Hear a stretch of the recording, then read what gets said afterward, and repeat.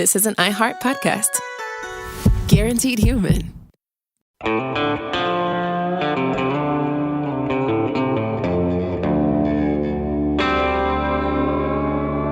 Body Bags with Joseph Scott Morgan.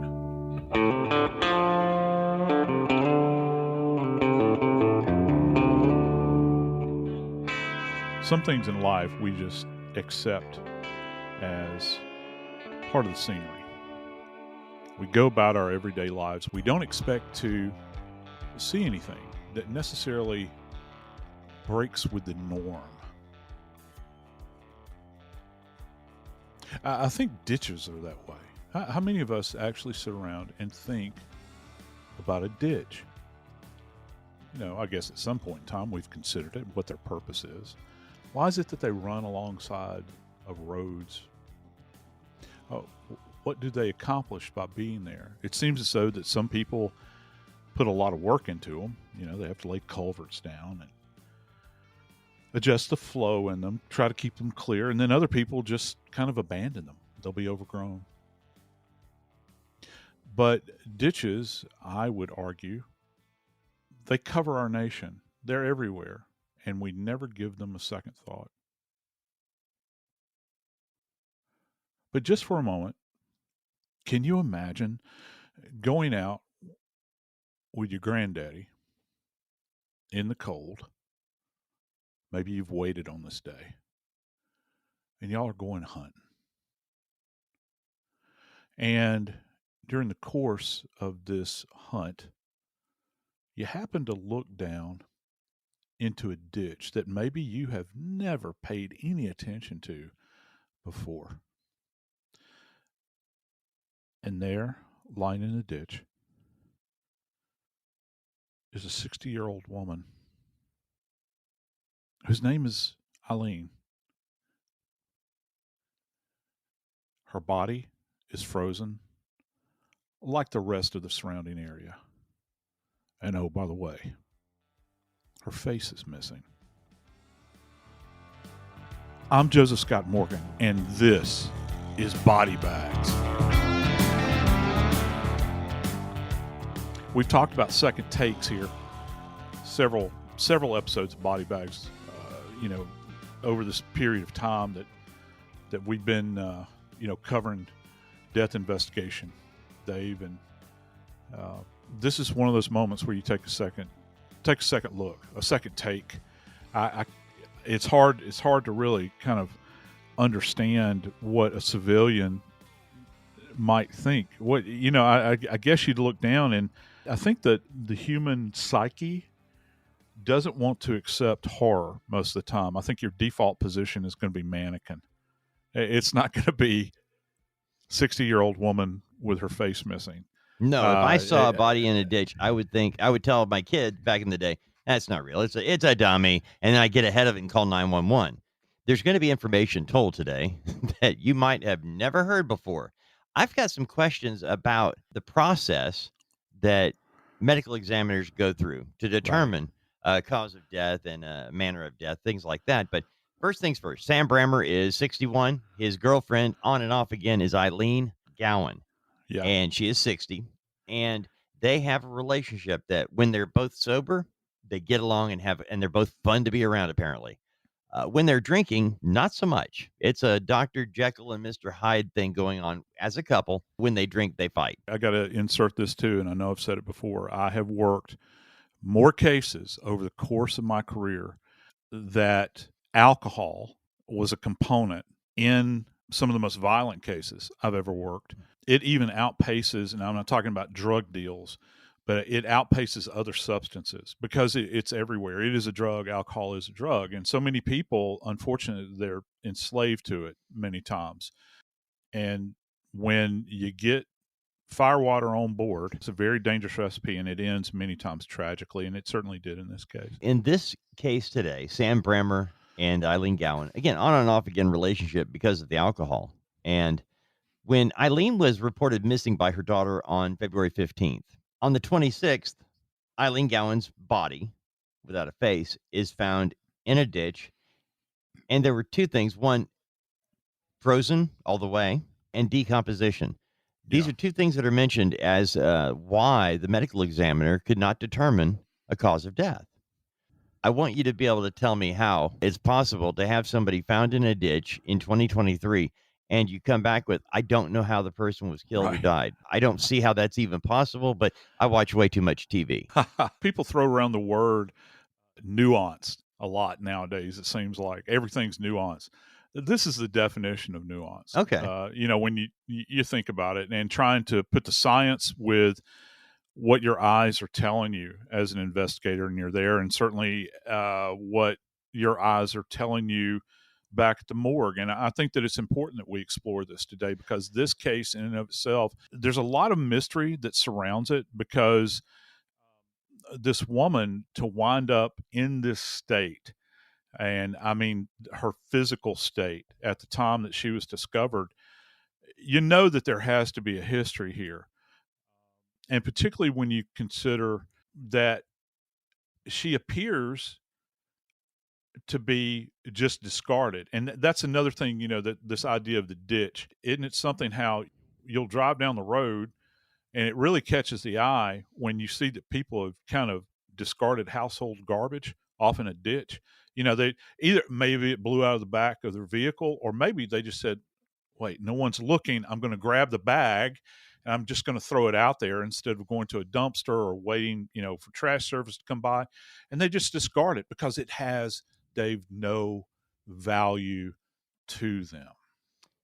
Ilene Gowan, at 60 years old, she had value to her daughter. Yes, Her she daughter did. reported her missing.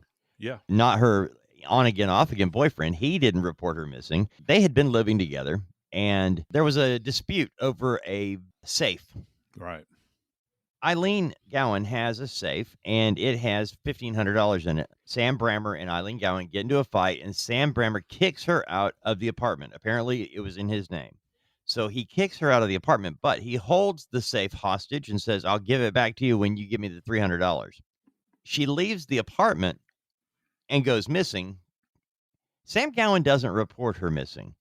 To me, Joe, if the person you've been sharing your life with, no matter how mad you are, if you have an ongoing situation of, I have a safe, she needs this because it has her money in it, you would still be talking to one another. And if all of a sudden that stopped, the communication stopped, and you don't find that person, you would still go to the police. If you didn't kill her, you would go and say, hey, right. My ex-girlfriend is missing. I can't find her anywhere.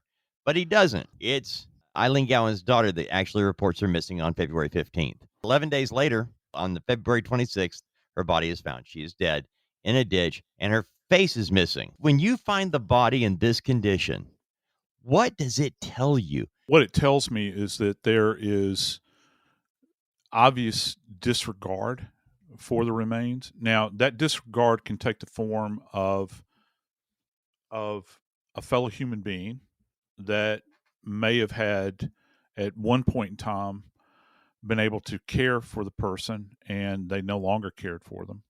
Or it could be a fellow human being that has bad intentions relative to an individual and kind of discards the body. Or it can be at the hands of, say, if we're talking about the face missing and the state of decomposition, we can begin to think about animal activity. What could actually have happened here that would have brought Ilene's body to this state? And it's not just the state of where it was located, but the state of decomposition and post-mortem trauma that apparently, this turns out to be. So you've got these elements that you're checking down the list. And to go back just for a second, as an investigator, if I determine who this individual is, and we know that within her circle, she has a daughter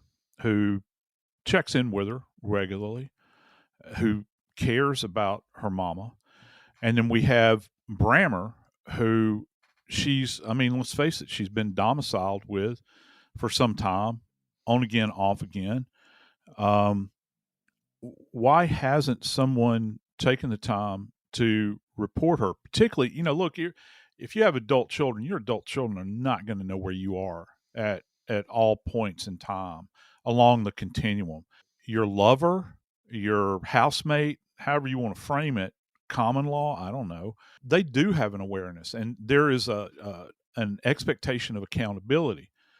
So, you'd mentioned that there was alcohol involved. Well, was this guy blackout drunk and he just forgot? Did he develop amnesia? Or did he say, look, I've had enough of her. I am washing my hands. She went on her way, and I don't care what happens to her. Or, again, is it something more sinister? And are you dealing with an individual that just perhaps, treats people within their circle just like those individuals that we mentioned just a little while ago, and how they treat household debris?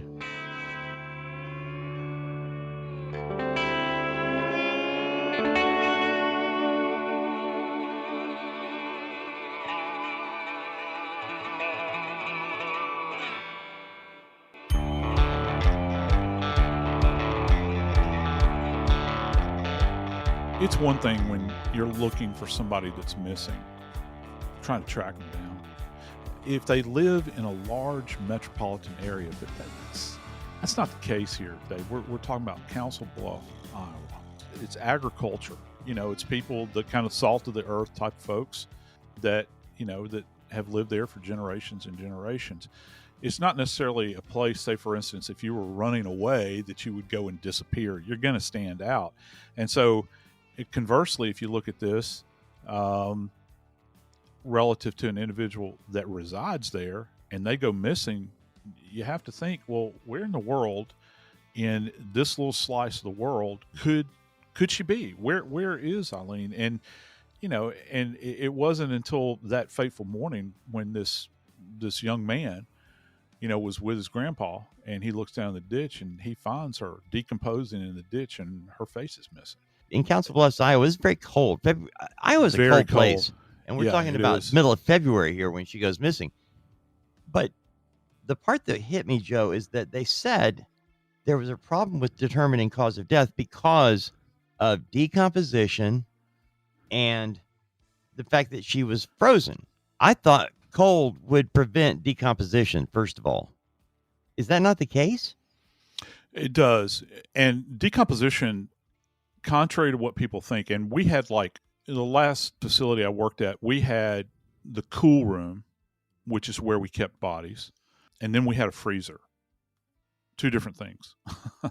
The cool room would slow decomposition. You don't want to get a body into a state where they are frozen through and through. Think, as morbid as this is, think Thanksgiving turkey.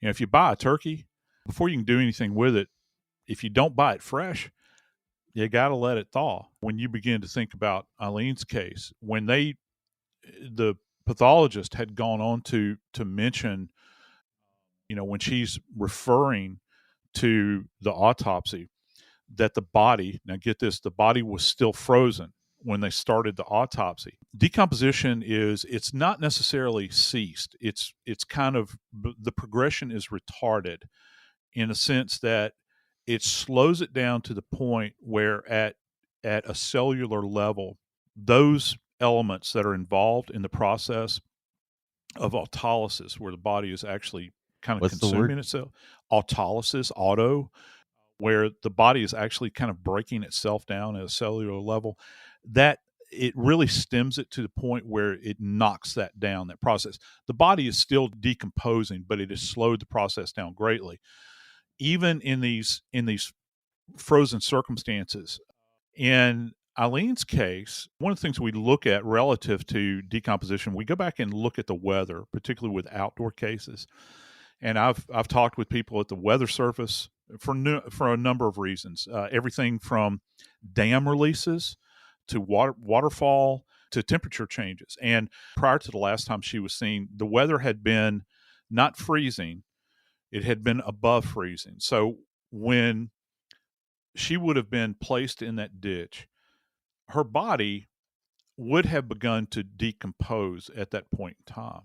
Now, As cold weather sets in, as the temperatures begin to creep downward, particularly at night, can you imagine how cold it is in Council Bluff, Iowa, at midnight or 2:00 in the morning? One thing I did look up is that when she went missing around the 15th, it was not that cold during the day. They'd Yeah. had a little warm spell, but it got cold like that night and stayed cold. You can have bodies that begin to decompose and then temperature drops, okay? And it slows down or it goes into almost stasis. And then all of a sudden, the next day, temperature jumps back up where it's above freezing at that point in time. And the process will begin or continue at that point. And so you've got these multiple stop starts. Now, if you have a body where an individual has died and they've been laying in a ditch, they begin to decompose because remember, decomposition begins at a molecular level, cellular level, actually. And as that begins, you'll have the body begin to break down. And you can get to that point. It's a very interesting time marker for us because if you get to a body that has broken down to a specific point in time and you can pinpoint when the temperature dropped, the body begins to freeze. And so it stops at that point. And remember what I said, the ME even said that her body was still frozen when they brought Eileen's remains to the Iowa State Medical Examiner's office. They were actually doing her autopsy at that point in time. So you've got literally the scientific marker in time. When you can look at the degree of decomposition, you can go back and kind of look at the circumstantial evidence of her body being transported when she was last seen. And you can kind of peg that back in time and say, oh, okay, we know that the temperatures froze. We went into a freezing state at this moment in time. And the body since that point in time has been in this environment that's very, very cold and austere. But prior to that, she was in an environment that would promote decomposition. And for some reason, it stopped. And so that's a marker for us in time. And it's a real interesting tool that, of course, us down here in the South, we don't get to these kinds of temperatures. I've got a lot of colleagues up north. I've got a couple of really good friends that work up in the northern part of Minnesota. And they've talked about finding bodies of individuals that were homicide victims just prior to, and it seems like it used to be just prior to Halloween up there where they would get their first hard freeze. And some years it would freeze at Halloween and it wouldn't thaw out until like April or whatever it is. It's that harsh. And so Oh my word. You have that moment in time. But here's another curious thing that's fascinating to me because to me, this is what we refer to as a body dump. This is not like, and you can learn a lot about a perpetrator's relationship to the body, thinking about the disposition of the remains at the hands of somebody that would have done this to her. She's in a ditch. And as I'd mentioned earlier, ditches run alongside roadways. So you don't have an individual that is actually taking Eileen's remains, dragging them through the ditch into an open field, maybe digging a hole and burying them. What you're dealing with here is someone that probably at a moment's notice was looking around, didn't see anybody looking, stops the vehicle, grabs Eileen, and pulls her remains into the ditch. I've actually had cases where when you roll up on the scene, and folks that are in the sound of my voice, just kind of imagine this, kind of close your eyes and think about this. You've got bodies many times that have been dumped out of vehicles, and the bodies will be contorted and twisted in these odd manners. The reason you get that is that the individual many times doesn't really want to touch the body any further. If they do touch it, they don't take a firm grip on it. Or if they're angry, they just grab the body again, like a bag of trash, and just kind of, as best they can do, fling it and get that body clear of the vehicle, shut the door, and as quickly as they possibly can, get out of the vehicle. So you can actually, if you take your time and look at a body at the scene And let's say you've got an individual that is, say, laying so that their, I don't know, their head is turned to the left. Maybe they're twisted at the hips. You'll see like their right arm kind of thrown over their shoulder. Their hand is thrown over their left shoulder. That's an idea of being rolled. And that gives you an idea of the dynamics of how the body was treated, once they got them out of the vehicle. And that's a key point here when you begin to think about that. We think about tire tracks. We would think about blood droplets, perhaps, that might be emanating from a vehicle, and suddenly they begin at the edge of the road and they kind of follow the body as it's rolling out. If there was any trauma to the body, sometimes you can have, what everybody thinks about. They always hear this term drag marks. I know our friend Nancy Grace talks about drag marks, many, many times. And those are real things. You can see drag marks in the dirt.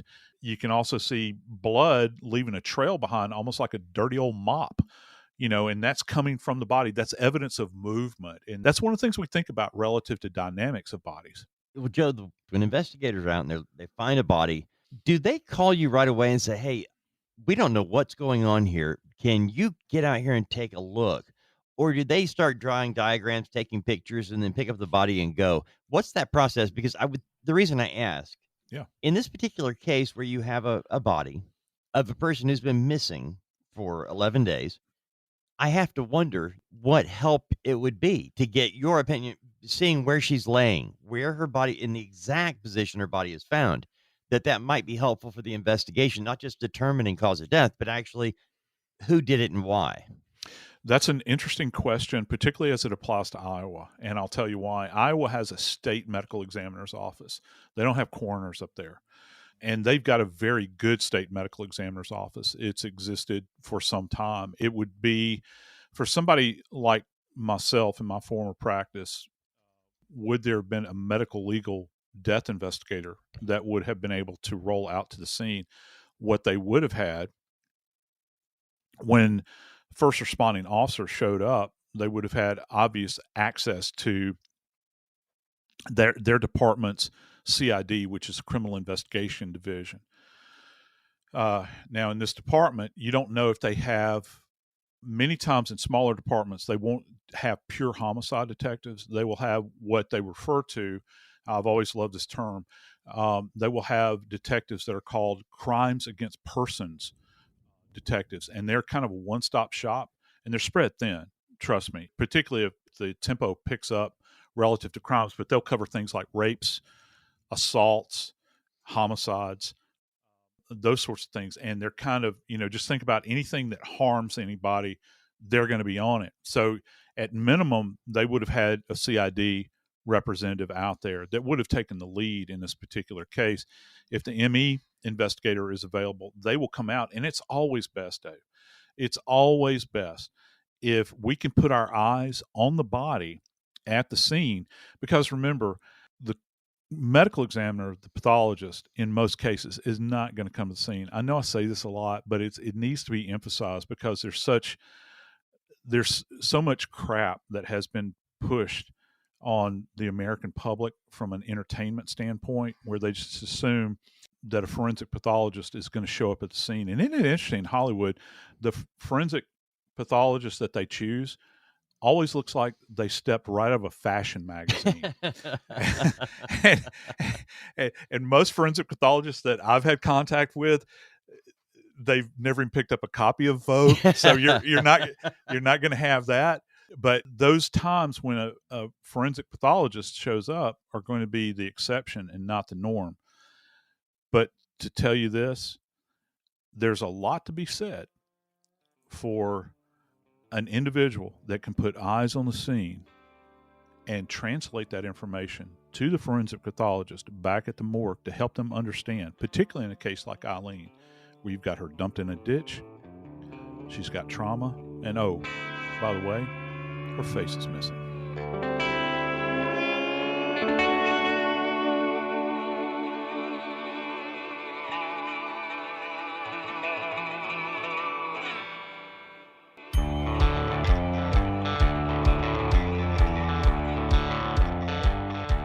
Making sense of the senseless. Sometimes I find myself in that position, and I know that people back at the morgue many times look at this and look at these cases that come through the door, and they think, how in the world do I make heads or tails of this? Because many times things are taken out of context. They don't have the full story when a body arrives.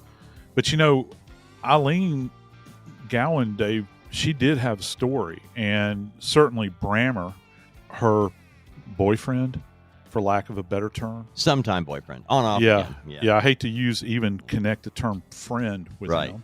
There's a lot to be learned about his activities and kind of how this plays into the story as we move along here. Sam Brammer, his story continues to change.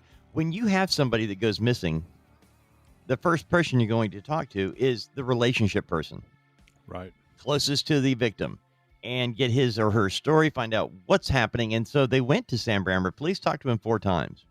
To give you an idea, they already knew, because there are cameras. They're so inexpensive now. People have the doorbell cameras. It's kind of like, you don't have one?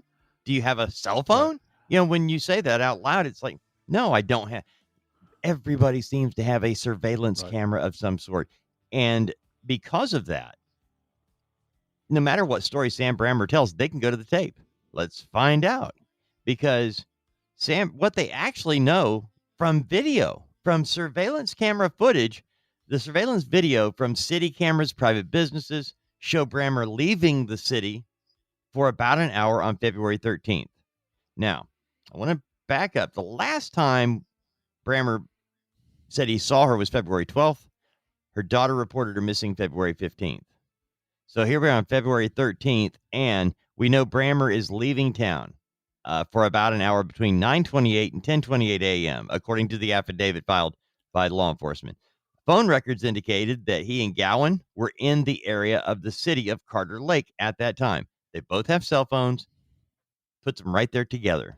So from 8:30 that morning till 9:30 that morning, 8:30 to 9:28, Gowan is walking, acting like a normal person in all respects, uninjured.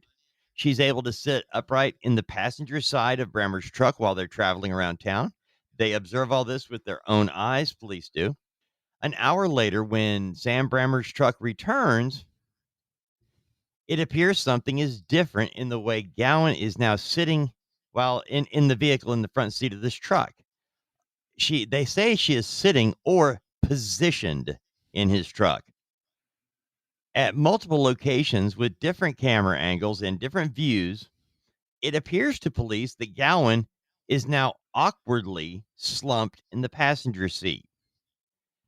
This is in a 1-hour time difference, 9:28 to 10:28. As the vehicle passes the Frank and Canesville intersection at 10:56 a.m., it appears now that she hasn't changed or moved at all from the awkward position they've seen her in previously. So we've got several minutes of an awkward position that doesn't change. When Brammer pulls into the Sherwood Drive address at 11:06, Gowan is no longer visible in the truck.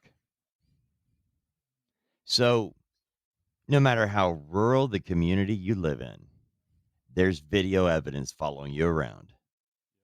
That shocked me.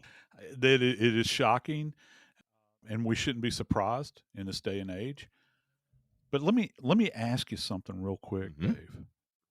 When you hear the term dead weight, what does that elicit from you? As what's your first thought when you hear dead weight? There is no life, and it's heavy. Very heavy. Yeah, if you've ever picked up something like dead weight, like carpet, use carpet as an example. Rolled up carpet. It's horrible. Yep. Yeah. You do it by yourself. You're like, I can lift this. Doesn't matter what it weighs. It's dead weight. It is not helping you in any way. Yeah, and the thing about it, for anybody that's out there that's ever been picked up by somebody by surprise, or maybe you're wanting to be picked up and swept off your feet and being held, there's the individual that is being held, that's being picked up, is helping you. People don't realize that, but they are, because we have a way of adjusting our body. And when grabbing, you putting an arm around the neck, around the right. shoulder, whatever. Exactly. And so you're literally kind of leveraging, yourself so you don't want to fall, and your body has a natural equilibrium. That ain't happening after death.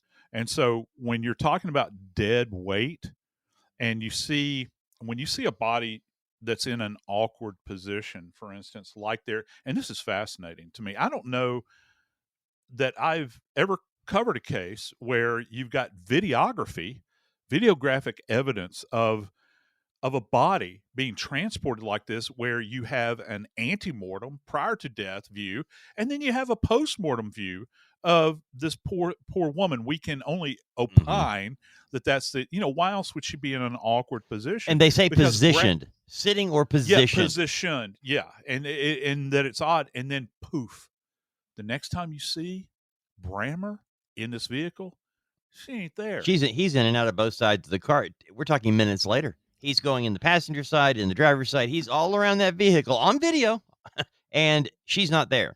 Now, as we laid it out, they've pinpointed her along the way. She's walking, she's fine. She's walking, she's fine. An hour later, they return to town. Now she's not walking. She's not fine. She's in an awkward position in the front seat. At 10:59, they get back to his place, and now she's not even there. Completely out of the picture at this point in time. And I think the big question is, people would ask, well, what in that period of time where you have her, where she's vital, Right. or has vitals, let me phrase it that way. Yeah. We're assuming that she did. Right. She's moving around, she's animated, and then she's absent that animation. Right. We have to assume that something fatal had happened. And they were able to actually assess this at the morgue, even given the fact that, I hate to keep saying this, it's so horrible, but her face was missing. And of course, I believe that the facial disfiguration, for lack of a better term, is probably animal activity, more than likely. When they find her body in the ditch and the face is gone, they're trying to, they being the medical people, I always put that as a they, it really is a them or a person. It's the Joe Scott Morgan that has to figure out what happened here. We have to know what happened. This woman was missing for 11 days. Now she's turned up in a ditch. She's frozen. They, the experts, believe that she might have been in that ditch the entire time she was still missing. Entire time.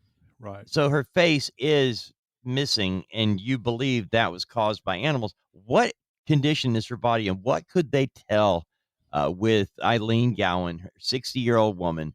She doesn't just go to sleep in a ditch. What caused her to end up in that ditch, Joe? What was the cause of death, or was she, did she trip, fall, bang her head? Yeah, maybe if she tripped, fell, and banged her head multiple times, and also other locations over her upper body, because Ilene had insults that involved her face, her head, her neck, and her upper body.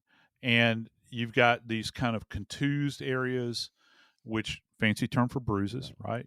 You've got abraded areas, which implies that there's some kind of friction happening, almost like a scratch, or if we fall down and scrape our knee, that's an abrasion. Let me ask you, I've asked you this before, and I apologize.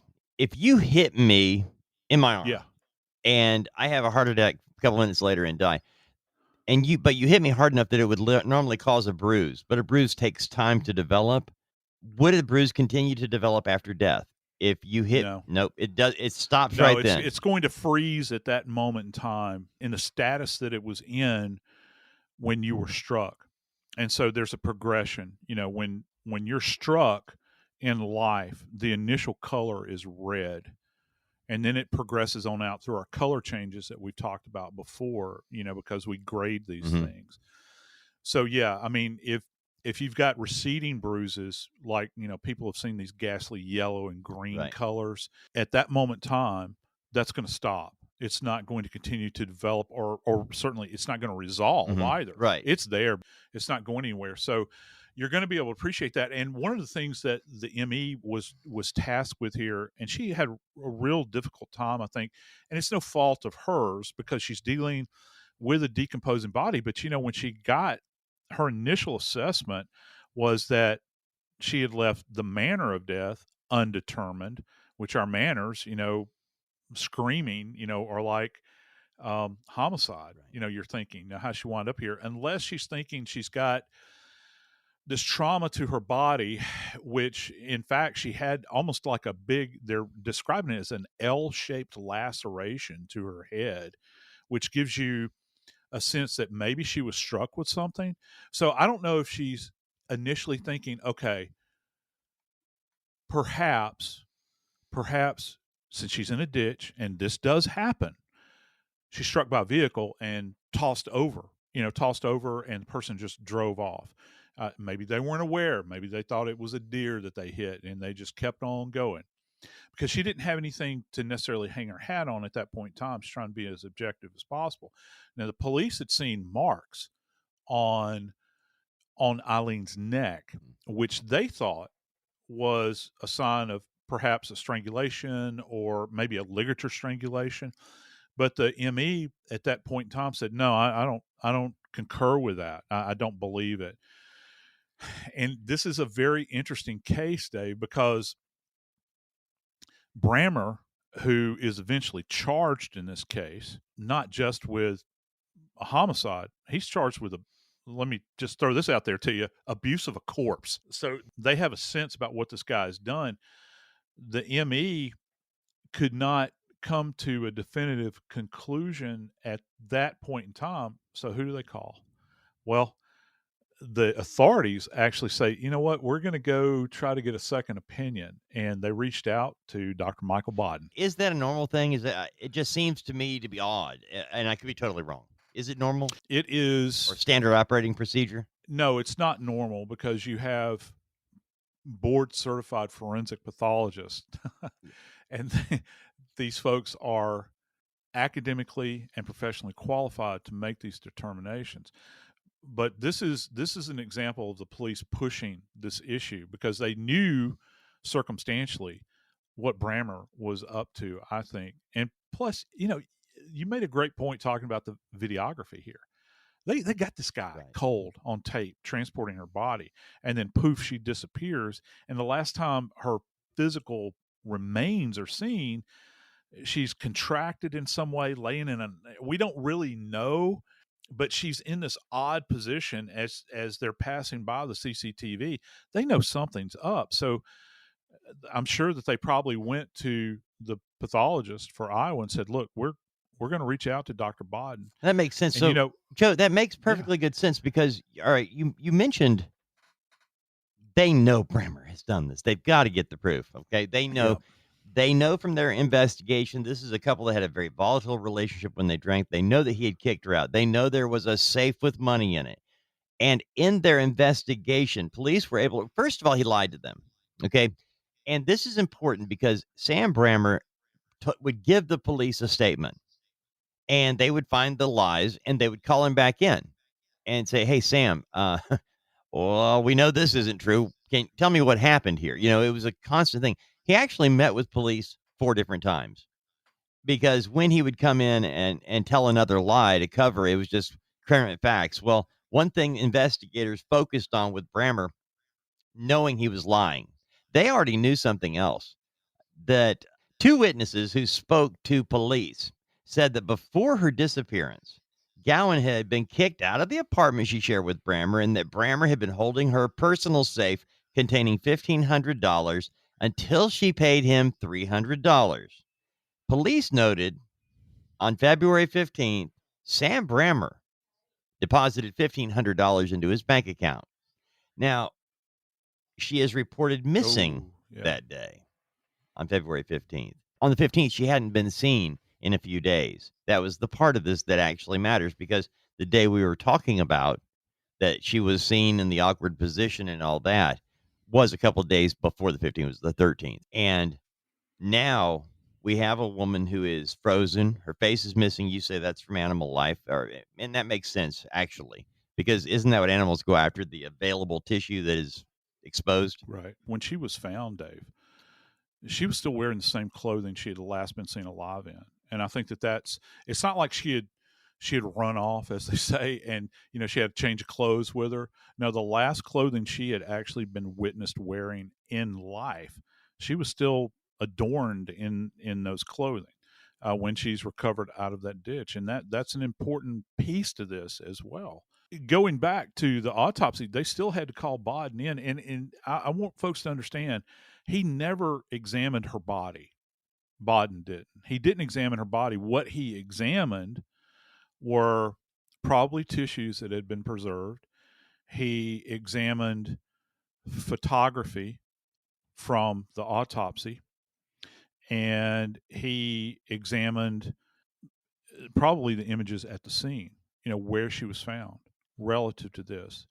And his conclusion, Dave, is that this was a homicide, and it was a homicide vis-a-vis asphyxiation, that this was an asphyxial death that ended Eileen's life. How does he figure that out from pictures when the actual examiner that saw her body couldn't do it? And is this really, you mentioned the police were the ones probably pushing for this because they had all of the proof. They had everything from the video and everything else. They had plenty of evidence pointing to Sam Brammer guilty of ending the life of his on-off girlfriend. The other thing is, I mentioned they interviewed him 4 times. After his last interview with police, Sam Brammer took his truck to the salvage yard, had it crushed and shredded. That goes to the injuries, I think. Even Brammer, he had enough wisdom about him to know that if that truck remained, that there is a high probability that they're going to find some kind of trace evidence, and probably biological evidence, that's going to tie back to Eileen. It should be noted that Brammer was found guilty of second-degree murder and abuse of a corpse, which is actually tied back to the dumping of this poor woman's remains, as well as second-degree theft. I'm Joseph Scott Morgan, and this is Body Bags.